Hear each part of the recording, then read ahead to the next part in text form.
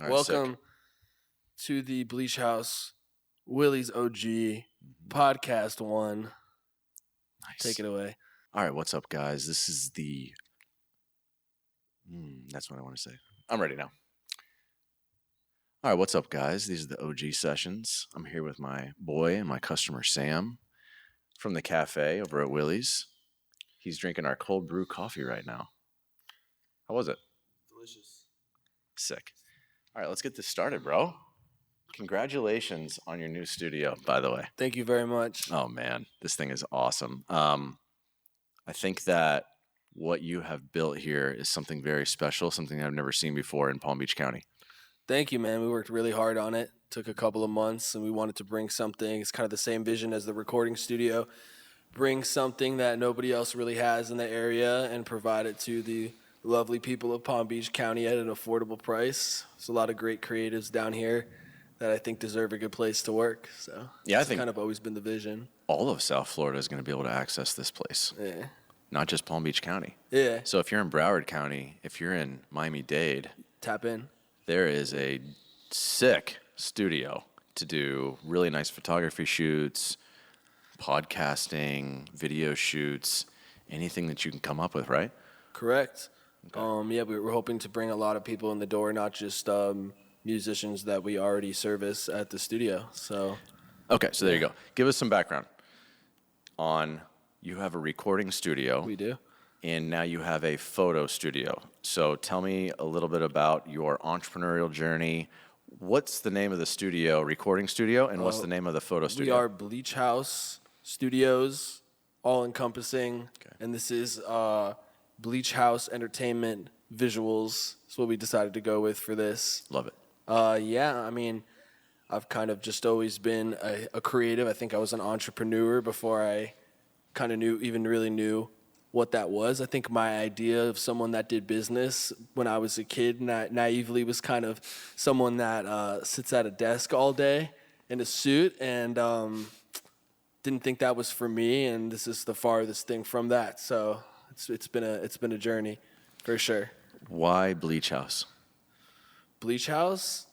Well, Bleach House was originally a house that me and some friends moved into, and we all had we all bleached our hair and we were the Bleach Boys. And it was this crazy, reckless, lawless time. Good memories, some good, some bad. But the name, it was just something I always wanted to keep and use towards something positive. But it's a real important piece of who I am. I love that. Yeah. I think that you and I have connected first and foremost through coffee. Of course. We got the cafe in Boynton Beach, and the studios are right down the street, which This is your coffee shop is right on my way to work. extremely convenient. Yeah. And we're both creatives. So I don't know if you know, but I'm a musician and used to work a lot in photography. I was a director of photography mainly for video, and then did some directing, live TV, things like that. Very much in the same categories here. Why did you get into music production? Why did you decide that as your entrepreneurial journey, and why are you getting into photography now? Well, truthfully, I don't think I really had much of a choice doing the whole music thing. It's just something that I always did from the time that I was a little kid. Like, one of my favorite things to do as a kid was just make mixtapes and copy cassette tapes. That's surprises a lot of people. That's actually how old I really am, because I still remember cassette tapes, and I just always loved music. But I think more than anything, that I've really loved music technology. Okay. And the equipment and the gear and all that kind of stuff. So I think it's just something that naturally I gravitated towards. Mm-hmm. And I have been recording. When I was a kid, I was recording shitty music on the computer back before. It was kind of like everybody was doing it. Yeah. Like, we were finding ways to record music, Sure. just like plugging a guitar right into the microphone input of your PC, Windows XP machine, and making terrible music with it. And underground, rough around the edges music is just something that I've always done. So Nice. I kind of took the approach, like, I've never worked at a major studio before. I've just always worked for up and coming talent. And as far as the video side of things go, we decided to open this because we were looking for ways to expand the business in a way that can further serve our clientele. And I think as you get further into the 2020s, the recording studio business and the content business are pretty much one and the same. I actually think that artists who are trying to get themselves out there need this just as much as they need the means to actually make the music. And I know that a lot of people don't really love that, but I think that the showmanship has always been a part of it. It's just we have the internet now, and I don't think that there's really anything wrong with that. So we wanted to build something that was a side step, not just another recording studio, but something that we could further, help further the careers of the people that come here. And that's really what it's always been about. It's a good point. It's like I'm finding a lot in my entrepreneurial journey. There's a lot of chicken and egg stuff. Yeah. Chicken before the egg before the chicken. Which one comes first? Okay, which one came first ultimately, right? And it's like without the promotion of that great song, right? Well, no one hears it.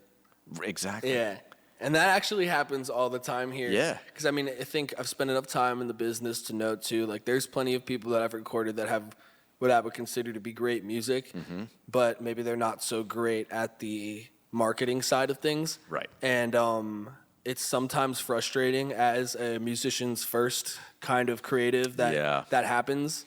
But, you see the other side of it, too, where someone, honestly, like, the music kind of sucks, but like they're really good at being popular.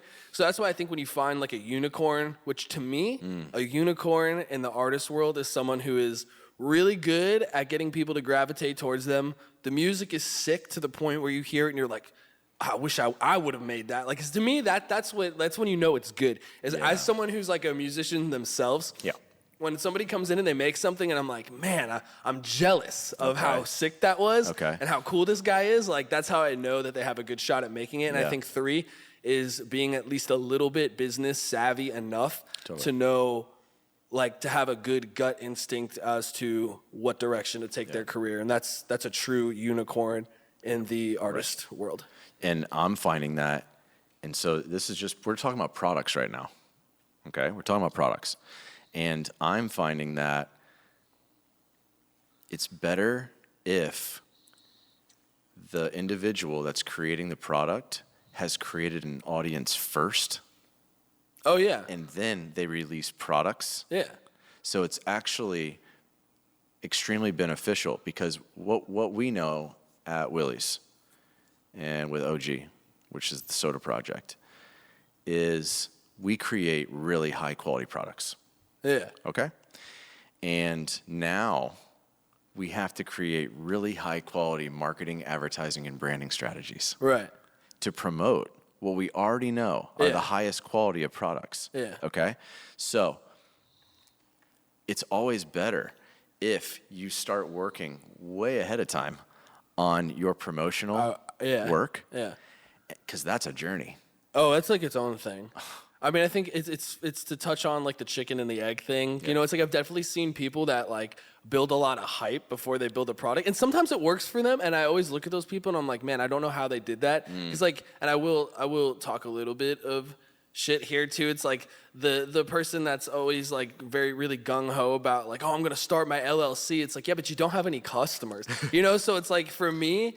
Like, I had a kind of semi-popping recording thing hustle going out of my bedroom long before I ever filed an LLC with the state of Florida or even had the means or thought about building a studio. So when it got to the point where I needed to do those things, I kind of already had a product. And I guess for me, like, I've never liked paying for advertising for the studio. Like, we've ran a couple of ads, but I think, like, if you do cool stuff, especially in entertainment, and you showcase the cool people that are coming here, like, that is the advertisement. Yeah. And it doesn't actually cost you anything but time. And on the flip side of that, the people who are coming, like, when we shoot a lot of like content for people here, sometimes we'll just do it. Like, if we need to shoot something in the studio and like we're not really expecting money for it, but we post it, like, they feel like they're getting something out of it. And it's good for us because then people get a little bit of insight into what like actually goes on here.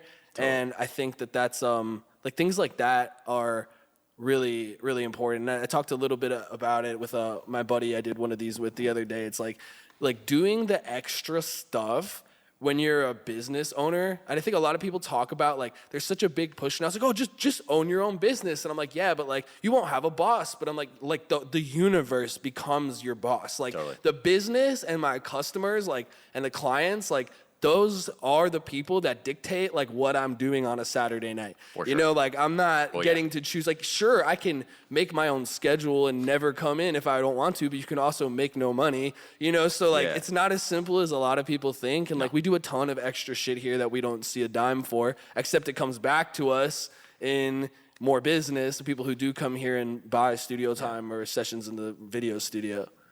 It's the power of free, man. I'm learning a lot about the power of free. Yeah. It does something psychologically. I just did it with you. Yeah. I brought a cold brew coffee for you. Thank you. That I had in the refrigerator. I'm already tweaking. Sick. Yeah. I had it in the refrigerator already. It didn't cost me really any money. It was already Yeah. there for me. Like it was something that we had made extra. Yeah. Okay. So right now, I think that's a really great point. It's okay to give away stuff, Yeah, you should. especially when you're beginning. Yeah. It's going to benefit you in so many ways that you probably will never see. You're going to gather data from it. You're going to give a paid customer something in return for being a good customer. And we hope that they come back as a customer as well. Yeah. It's going to provide them that psychological addition. Yeah. They give you something I for think free. people like to feel appreciated. Yes. And it's always been really important to me, like, all of the people that come here know that I care. And I've always said this, like, I think even before I was as maybe seasoned as I am now as an engineer, I think that from the beginning, like, I can confidently say that people always knew that I cared. And I didn't care if they were famous or not. Like, if you're coming to me, like, I cared how your music came Sure. out. And I think that just that extra step like means a lot to people, because you see Agreed. a lot of people now like in business, like you really shouldn't move with any type of like entitlement. I think the more you put out, the more you get back. And like if you really want to be successful and have, you know, be bountiful in the business that you're doing, like you need to just keep your head down and grind and don't get arrogant and remain teachable. That was my life. It still is, but that was like So you're saying that for 3 years you did 7 days a week? more than that when I was coming up before the studio. So when I was doing my bedroom thing, my bedroom studio was actually quite popping in Palm Beach County. Like I was pretty busy. So like, yeah, I was still working 7 days a week in there. Awesome. Whoever wanted to come record. Okay, so 4 or 5, whoever knows how many years. Since the beginning, really. Okay. And so I think that's a message that we really need to get out to entrepreneurs, I would agree. expecting entrepreneurs. Yeah. Okay, is throw out everything you've ever thought about how much hours you need to work. It has no, you live this now. This is your life now. The 40-hour work week doesn't exist. No. Weekends don't exist. Work-life balance doesn't exist. No, because this is now your life. Yeah, your This life. is what we do. Sometimes I just even hang out here. Exactly. You know, like I don't really do much else. And it's not work anymore. No, It's just your life. There you Yeah. go. See, we said it at the same time. It's just your life. And people will say like, oh, you know, do what you love and you'll never work a day in your life. No, it's work, man. It is work. But I also think that, you know, even with that being said, it wasn't like when it was completely in my hands, I didn't dread going to work anymore, because it was like the outcome was in my control, you know, like it didn't matter how much money I needed for the week or the day or the month. All that matters, the success of this like baby, this like idea that I created, This baby is completely in my hands. And if you want it to work, you just keep showing up, and it just doesn't even become just about the money anymore. No. It's more about like, because I mean, there was definitely a time, even in the beginning, where it's like, you know, I'm living in this gross house with my friends. Like, The we Bleach House. rented it. No, this is after the Bleach House. Okay, This is sick. like, this is the home studio house. That like, you know, we're splitting it 5 ways. This dude, one of our homies is living in the garage. This is pre-COVID, so the rent was like under $500 a person.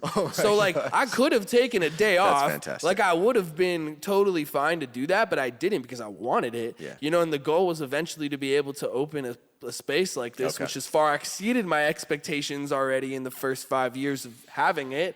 Like, not only business-wise, well, honestly, not to toot my own horn, but I knew we were going to get there. But still, like, being able to build this and, like, build Studio B, like, and it's all just been incremental. Like, yeah, dude, I was married to that shit, and it wasn't always fun. I'm not gonna lie to you. Sometimes it sucked. You know, it's like you're opening your bedroom to all of Palm Beach County to come and like destroy it every day and you know, smoke weed and record music in there. And I don't even smoke, so it's like, you know, I'm cleaning up French fries in my bed.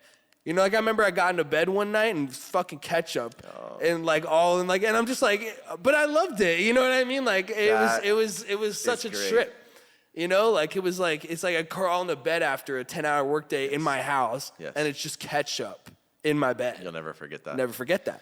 Holes in my bed from people putting out like by accident. You know, most people were cool, as respectful as it could be when there's 10 people crammed into your bedroom making a song. Yeah. But it was a party every day over there.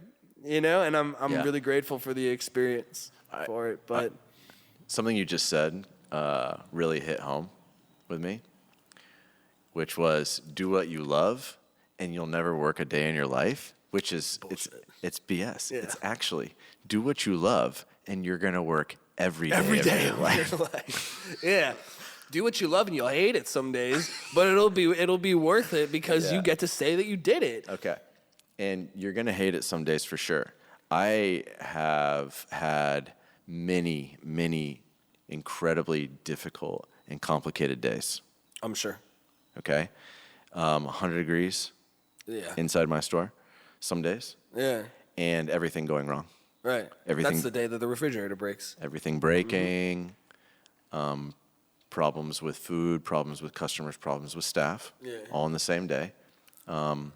Something, maybe a problem with a kid at home. Yeah. They had to come home from school because of a poopy diaper or something like that. All in the same day. Yeah, of course that would happen. Yeah. Oh, dude, it piles all the way up. Yeah. But what it does is this: the really, really hard days.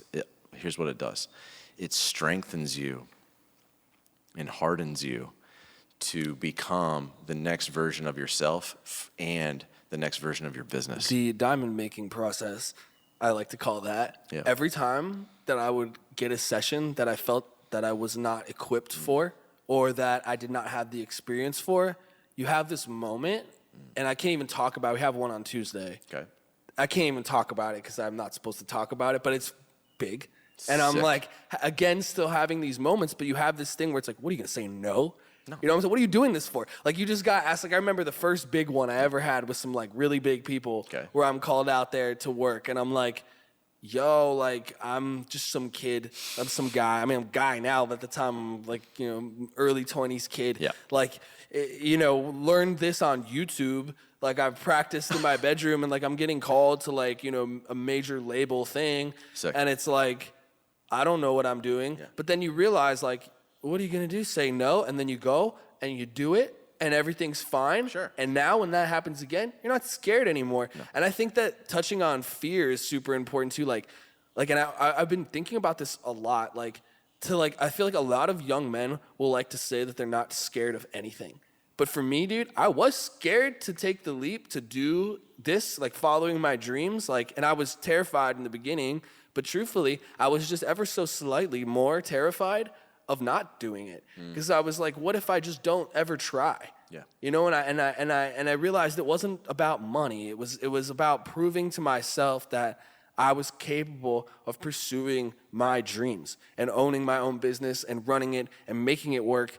And I was just a little bit more afraid to like be on my deathbed thinking, oh, I never tried. And it didn't matter if it was successful or if it failed. I realized that none of it really mattered. The only thing that mattered was like going out and just getting it and like and doing it.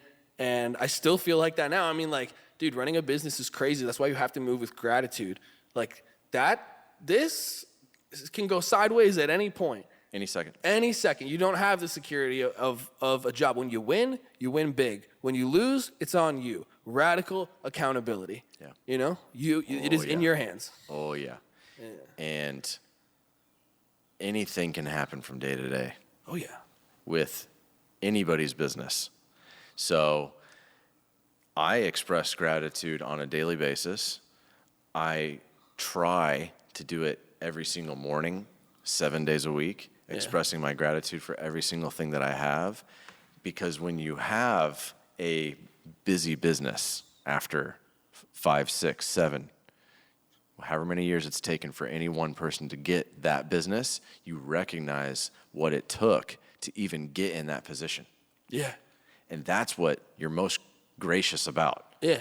Is you're like, thank you for allowing me to be the one that has the success. Crazy. I mean, and I don't really talk about this too much either, but I remember most people, I feel like, or you would think, would be feeling themselves once they complete building a recording studio, right? Dude, I was terrified because it was real. I was working in my bedroom before that, and I was just freelancing at other places, and now I have my own thing, and it's like, you know, you got to really step up because it's like, okay, I said I was this good. I said I could do this. I have the opportunity to do this. I have no money. I spent it all of it, and then some on this. I owe money, you know, and you're like, okay, well, if I'm really as good as I said that I was, then I should be able to do this, and I was so freaked out. So I was just like, I'm just going to work every day. Yeah. I'm just going to do the only thing that I really ever knew how to do, which was to make a cool song. So it's working every day and coming to that conclusion. Honestly, it doesn't become hard anymore. No. After you do it for so long. Sometimes I feel like people look at that and say, oh, I would never do something like that. And I'm like, you might. Well, I think that you would for full control and full freedom. Right. Correct? Yeah. Okay. So how much have you had to really look in the mirror at yourself and talk to yourself about the next steps, what you need to do next, how you need to be next, all those things? Oh, dude, turmoil. A turmoil every 6 months. Yeah. You know, I mean, even now as I get a little older and I'm like, okay, like it's working, but you know, obviously entertainment, music, constantly changing all the time. Are we thinking of the future? And I know that there's also always a pushback in music too. People like things the way that they have been. They don't like it to change, but change is always inevitable. You know, so I try to be as forward thinking. I'm not a naysayer. Some things I don't like about the future. Sometimes I want to go back to CDs, you know, that I grew up buying albums and all of that good stuff. But, you know, it ties all into the video studio. It's like we made this because this is where the business wants to go. All of the things that we're doing right now, this podcast, doing productions, talking about our businesses, it is so smart to do. It's actually becoming one of the most important things you can do to market and advertise your business. Right. But it doesn't matter at all. Oh, you have to have, I mean, before we were posting anything, we had customers. Yeah. What I'm saying is that we think so much into, oh, how's it going to look? How am I going to sound? Doesn't matter. How am I going to do a podcast? Oh, I'm a little nervous to do it. I'm going to tell you something about doing production for 13 years, like video production. Yeah. Barely any of it matters at all. Yeah, I would say so.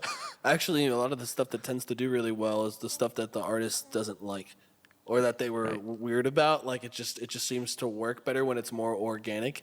And I do like that we're going into more organic and less curated direction with all this stuff. Actually, funny enough, dude, I knew this kid. He just, this guy, he just like hit me up one day to link up and talk, and he did like mindfulness content. Okay. And he was doing like, I thought it was the first time I had really ever seen it, and this was like years ago. He was doing like a podcast in his bedroom, except it wasn't really a podcast. It was just him recording himself with the close-up angle, and he was going viral for it because it looked like he was having a conversation, and it was just clipped down to what he was saying.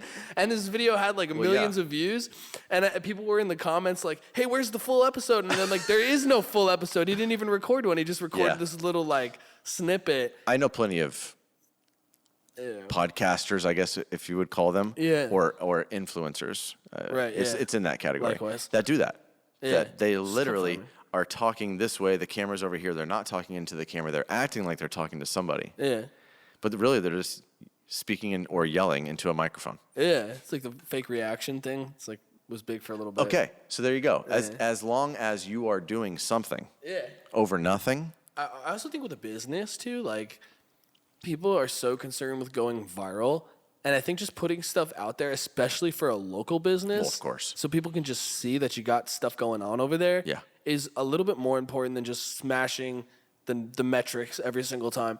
And actually, here's a little bit of insider info that I will share as far as like artists Okay. go. Like, I think as an artist too, like, of course you want to be viral, but like it really should act as like a think about it like this. Like, if you're driving down the highway and you see a billboard, everybody sees that billboard, but how many of those people really actually need that service, and how many of those people actually call? Of course. So the idea is to cast a wide net, but every Yes. single person that sees your video is not and should not be your target audience or your fan. Maybe 20% of those people like your song enough to go check out the rest of your stuff. Sure. Then they go look, and maybe another 20% of those people actually go and become a fan, but that means the system is working correctly.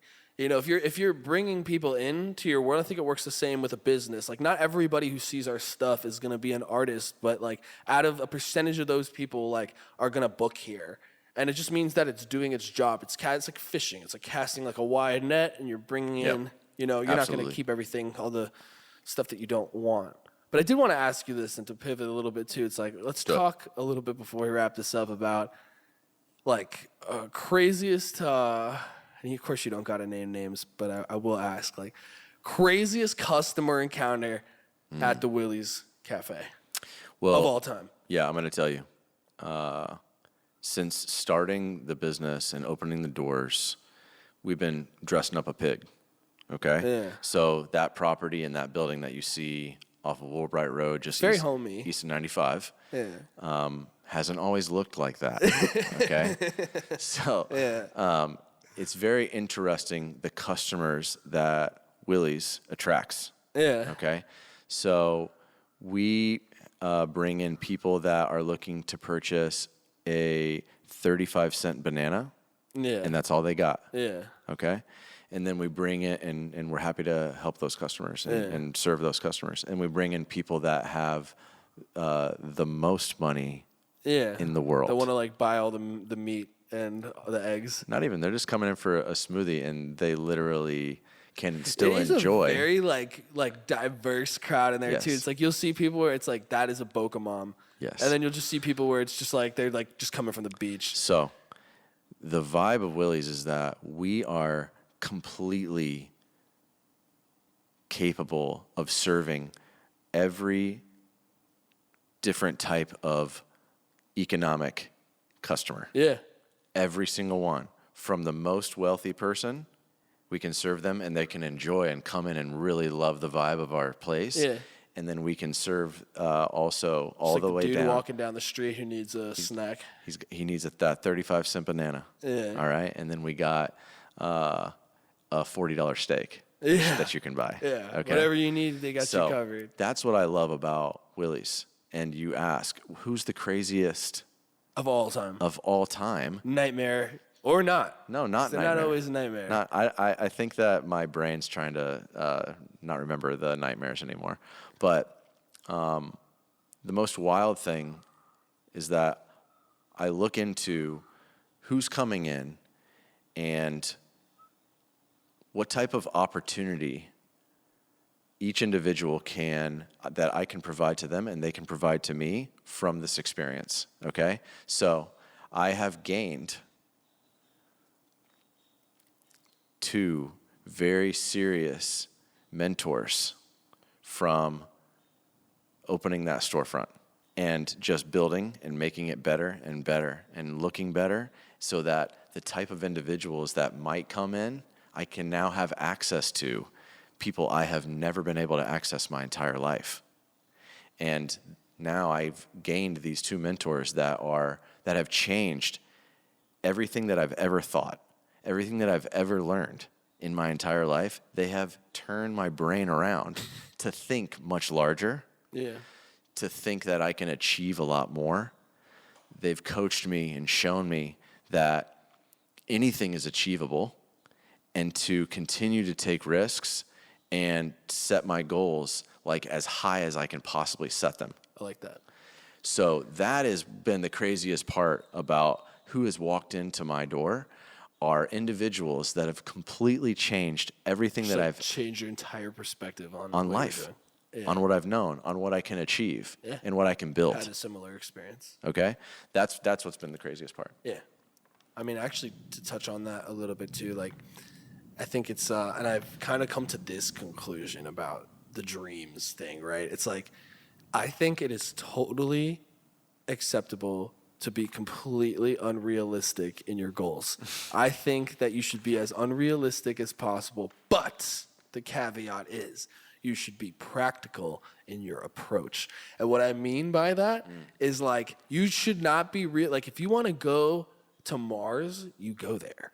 But getting to the moon, like, you need to figure out how to do that in a practical way. Sure. Where whatever risks you're taking are not just ridiculous to the point where it's like, you know, it has to be calculated. But I think you can dream as big as you want to dream. I would encourage you to do so. Yeah. I think it's what keeps people going. I know a lot of people don't feel that way, but I do. You know, I really think, like, it's like, I mean, think about what I do for a living too. Like, I told people what I wanted to do, and they told me I was stupid and I couldn't do it when I was a kid, and that wasn't a real job. But what even is a real job in 2025 anymore? No. You know, what is this? Everything's been turned on its head, so you should go for it. But you should figure out a way to do it in a way that makes sense, because I think it's also important to remember your business is not about you. It's about the business, and it's about the clients that you serve and the service that you're providing. It actually, you are last in line to get paid, especially now,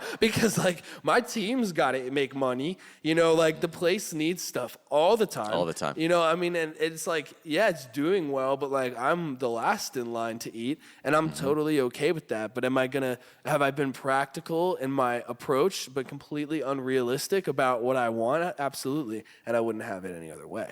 Agreed. It's a level of naivety. Oh yeah, you gotta be fried. I was so naive when I first took on that property. Okay. Yeah, when I rented this and decided to build it. Yeah. Like, it would have been so much smarter to, like, get in somewhere that didn't need that level of, like, To not do it. yeah, because I was in the middle of it. Like, that was dumb. I know. Yeah, I was like, You're yo, in the that's middle. stupid. Yeah, I love that part, because when you're in the middle of it and you're in the thick and you've gone past a certain point where there's no turning Yeah, back, You're stuck. you're like, okay, that's when 1:00 in the morning, you're by yourself, you're alone, and you're thinking to yourself, what are we going to do next? How am I going to get myself to the next step of this? I'm in the middle of it. I'm way past the point where I can go back. Yeah. Now you're in full entrepreneur mode. Yeah, it's a blessing to be there too. It is a blessing. And that crunch time? that spot is fantastic. It sucks, but that's where you're gonna figure it out. For sure. You know, 100%. Like that, like, and I've struggled with it a little bit too now. Like, the fact that I'm able to live comfortably now has made it harder to get there sometimes. You know, with this and taking on this whole thing and building this, like, I got back to that crunch time. We're building this wall in here, and I'm like, yo, that was really hard. Yes. Like, that was like, I mean, it's just me and my brother-in-law doing this in here. And I'm like, I mean, I got to give credit to Kat too. She did a bunch of stuff. And the guys, you know, they helped and everything. Yes, but it's like, for the most part, it's me and Jay in here trying to figure out how to put this thing up. And we're like, I was like, yo, this sucks. Like, we're painting the ceiling with, like, you know, we're on the scaffolding. And I'm like, yo, this was dumb. Like, this is really hard. Yeah. In entrepreneurship, you're going to always be doing things that suck. Oh yeah, I talk about the shit eating metaphor a lot too, and like I guess maybe I can cuss on this. I don't know if you want to use this, you can, but I really believe this. Like, this is like a I really believe this. Like if you are unwilling to eat shit for dinner and ask for more, it is not for you. Because the way I will put it like this, and I talked to my buddy Eddie about this. Yeah, you have to eat shit. But see, the thing is, the shit changes. It's just served on a nicer plate at a better restaurant with more upscale service, but it's still shit. Yeah. You know, I mean, I really believe that. Like, and that's not a bad thing. You know what I mean? It's like the shit eating thing, like, it just changes. You know, like, once people start to respect you in your position of what you're doing, like, it changes, but you're still like, you're still eating shit. Yes. Like, it's just different. And I think you will do that until the end. You know, the bigger you get, like, the more responsibility you have. Like, and the fact that I have, like, a responsibility to other people who work here now to make sure that this place doesn't go under because this is their job and it's how they pay their bills. Yes. Like, that blows my mind, dude. Right. If you would have told me that when I was 16 and I was, like, fried and just, like, doing the worst stuff, like, just making the most terrible life choices at that time, like when I was a teenager in early 20s, like it would have blown my mind. So like it's stressful, but like I'm just grateful for the opportunity to be elected the guy to do it, you know? Like Well, you elected yourself. Yeah, I did. And that's another thing too. Like you gotta like, you know what I mean? You have to be like you are, and I learned this early on, it's like you should be as much of an expert at what you're doing as you are able to be, but you are what you are when you say you are that person. Especially in entrepreneurship, like I had to be like, yes, I am. I remember feeling self-conscious about telling people that I was an audio engineer because I didn't think I was good enough yet. But then one day I was like, no, this people are paying for it. This is how I pay my bills, so therefore I am. You know, and once I adopted that mindset, I was like, yo, this is what I do. Yes, I am a recording engineer. That's what I do for a living. You're like, oh shoot, I actually am that guy. And it's so crazy to think about it like that and all these years later to be here. Like, but it is true. Like you need to nominate and elect yourself to be that guy and then deliver on your campaign promises that you made while you were, you know, auditioning for your role in life. Totally. So I think you gotta like, and this is twisted, but it's true. It's like you have to like it's like some of it is like naivety, some of it is like confidence, some of it is self-doubt and imposter syndrome, and you put it all together and you mix it up, and then like you just get this like, it's just a weird place to be. Some days I'm like, I don't know what I'm doing. And then other days I feel like I'm like, exactly I'm that guy. Yeah. I'm him. Yeah. Sure. And then it just flip-flops back and forth. It's perspective, It's man. You have to be a little bit crazy to do this. You have to be wild to get into an entrepreneurial journey. Yeah. Okay? But for those that do the entrepreneurial journey, there's no other path, man. No. Once you're in it. If you would have asked me, and people asked me, like you were saying in the beginning, like, how did I get into this? Like I didn't. Like, this is just what I do. Yeah. And I've always been that guy. And I feel like I've always, like I tried going to college. I respect anybody who could finish. I was so bored. Yeah. Dropped out after a semester. Like, it's just not for me, you know, like, but I've always been a hard worker.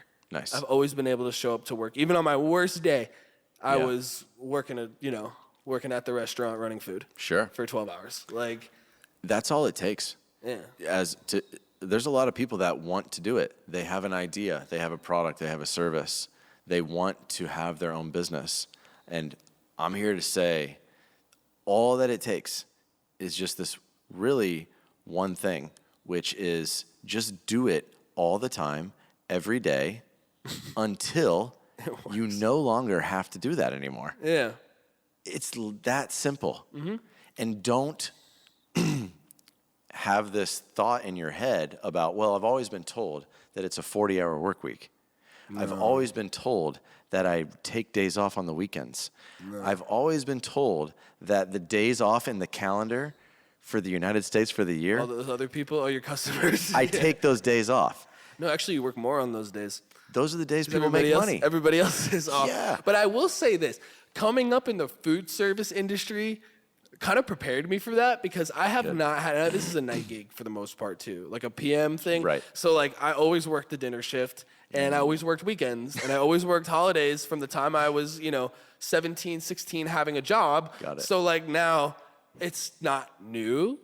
Like I'm just used to it. So I've never had a weekend. I just do. Okay. But I think it works for me, man. I tend to be like, I thrive a little bit in chaos. So like I can just kind of do whatever all the time. Like if I have a minute, I wash my car. If I have, if I'm here at 10 in the morning doing a session, I'm doing that. If I had to stay up till 5 the night before, I'm sleeping. Like it's just And that's another thing that always gets me too about like the Instagram reels, like motivational. Like I get up at 4 a.m. and read 2 audiobooks on twice double speed while I'm taking while I'm doing a cold plunge, and then I meditate, and then I eat egg whites. And it's like, okay, listen, like if you're in like any type of business, it's whatever schedule is productive for you. I think is because I mean, dude, for years I was working until 5, 4, 5, 6, 7, 8 in the morning here. That's pretty wild. Or just like recording music. And I'd sleep till 2 in the afternoon, but I was doing it because I was making money. And like that's where my customers now.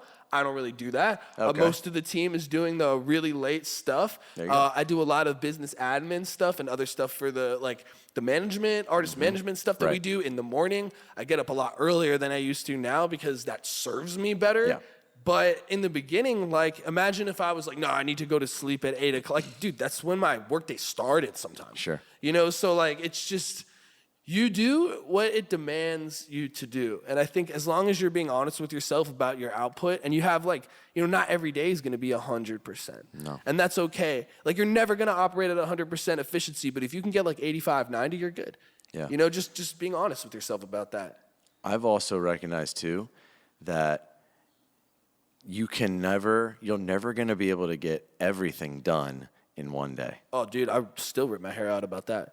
Especially if I start getting stressed out, like I need to wash my car, I need to clean my house, I need to clean the studio, I need to do all the accounting for the month, I need to, I need to finish these mixes, and I'm just like, and I will like tweak out still, but like that's when I'm the most productive, and I just have to like, okay, 1 foot in front. One thing at a time. Yeah. And do you know how many times I've fallen asleep at night with my computer on my lap? Yeah. I have worked from 6 a.m.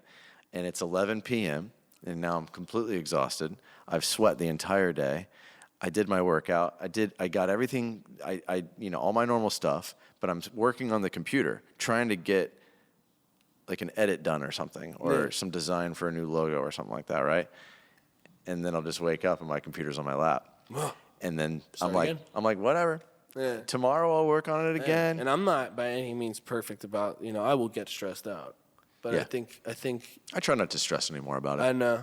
I'm a lot better than I used to be. There's things that have to get done sometimes. Whether you want to or not. Workers' comp insurance. Oh yeah. They need all the information. Nightmare by this day. Yeah. Got to get that one done. Yeah. Got to get payroll done every week. Yeah. You know what? I'm gonna go ahead and take a moment. Shout out Kat for all that stuff that has helped me manage this business quite a bit. Well, that was a good first go at our little session here.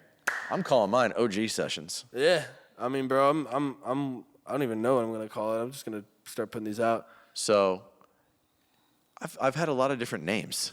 Yeah. For my podcast or my show or whatever the hell, but I'm so excited to have this as a space that I can access down the street, Boynton Beach for me. We're locked in. Oh my gosh, dude. Yo, Boynton Beach up right now.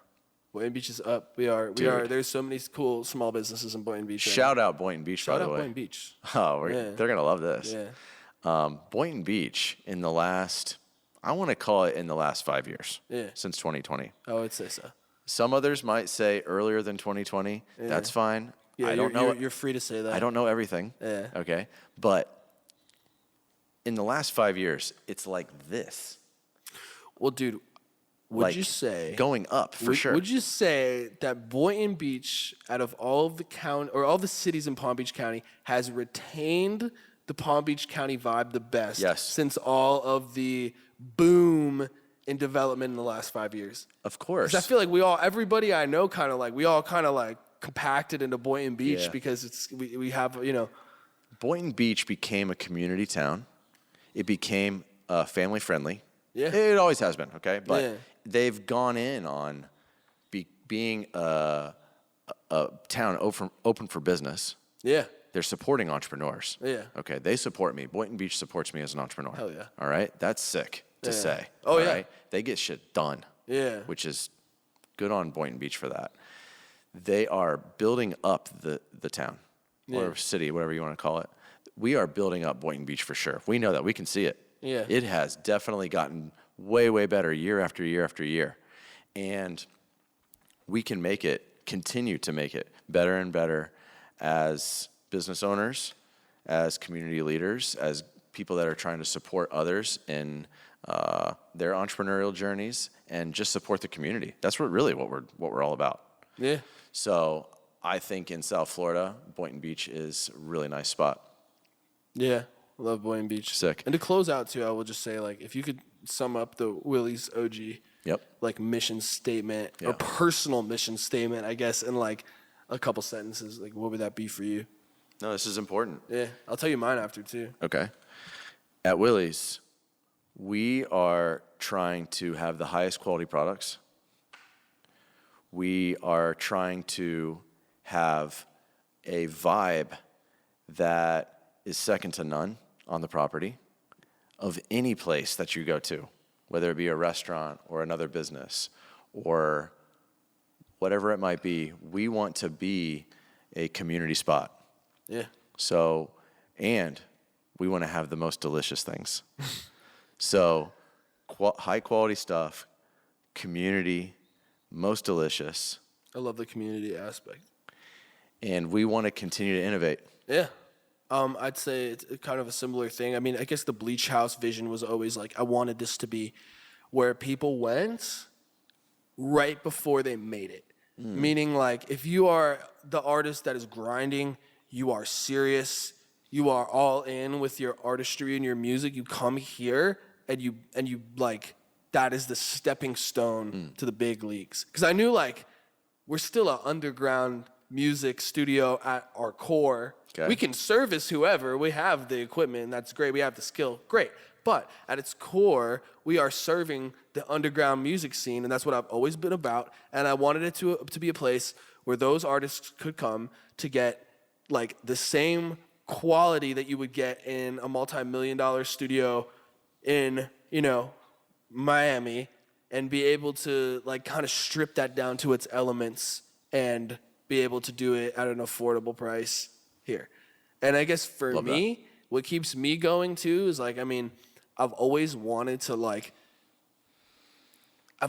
spread the message to young men who may be struggling with whatever in their life. Okay. That, and this is really important to me, and I don't talk about it a lot, that your life can still be lit and fun, and you don't have to, like, I'm spare you the details, be doing anything that you should not be doing when, you know what I mean? Like, you can still live a clean life. Yes. And make money and be cool and have fun, and you don't need to be, using drugs to do that. No. It's a very, very important thing for me. Good. And I mean, I shout out my young women too, but I am a guy, so Yes. That's what I resonate with most, is just to like, that radical accountability to yourself. And I Yes. really would encourage any young man to just, like, you really can do what you want to do. And it sounds corny, but you do need to believe in yourself. And take responsibility for where your life's at. And if you need to do better, then you should do that, and you should go get it. It's a really good message. I mean it. I think that in 2025, there's something going on, and young men need to hear this more than ever Dude, before. I don't think that young men have a lot of good role models right now on either side of the aisle, to be honest with you. Because, like, from what I've seen, it's either, like, super radical, like, we hate all women, or kind of the opposite of whatever that is. And I just feel like you should just be, like, what does that even mean? To be a man is to be accountable. Yeah. And for young men, you are in full control of your own destiny. 100,000. And if you just start completely working on yourself, You will attract all of the good stuff. take away all the noise of everything that you've ever known. Just take out all the noise. Understand that you're in full control of, you've always been in full control. Yeah. And now, if you have the full accountability that you're talking about, and you're completely are trying to better yourself and work on yourself, that's when you're going to start getting all the things that you want and achieving all the things that you've always wanted. And you might even realize that was what it was all about the whole time. Exactly. I mean, for me too, it's like I knew that there was just stuff I had to, like, even doing this, like, I would have never been able to do this as a teenager. I would have been way too in my head, worried about, like, whatever, how I looked, how I sounded, which is like still weird because I'm editing the last one of these I did. And I'm like listening to myself talk and I'm like, oh, no, I don't like that. No, it's good though. It's good though. It's an exercise and exposure therapy. You're going to learn about how you want to sound. Yeah. It's just like a musician. Everything is a skill. It's just like a musician. Everything is a muscle you can work out and make it stronger. Well, if a musician doesn't go back and hear how they sound, they're not going to get better. Yeah. So it's the same as this. Very, very, very valid. Talking on the camera. And also, none of this ultimately really matters too much. Yeah. So there's no reason to be so uptight about it. No. Like you sound a certain way. It's okay. Everything. So on the next one, just try to get better on how you want to sound. And get more fluid and more comfortable. Yeah, dude. I mean, just super important to me. Like just, because I mean, as soon as I realized I could be the change in my own life that I knew was like I almost didn't believe was possible. Sure. And I started taking the steps to like do that. Yeah. Like did my life improve? And I realized like I wasn't this like terrible, unlikable guy, unhappy person. I never was. No. You know, I had to get away from that mindset. And sure enough, I have the most amazing people in my life. Like my amazing fiance, my amazing team who are like my brothers to me. Sick. You know, who come here and we like go to war every day. You know, working all hours of the night in the studio and like figuring shit out. Like just to have that is just incredible. It's awesome, man. So I couldn't be more grateful. Well, congrats, dude, on your studio, man. on all your studios. Thank you. This is a very big deal. I've built studios before. Thank you. So I don't know if you fully grasp maybe sometimes what you've done, but you're creating and you're building. Super important. That's an OG session right there. That was Yes, sir. That was a good one. Yeah. And we're gonna be back for more here in the studio. Bleach House. Peace. Peace.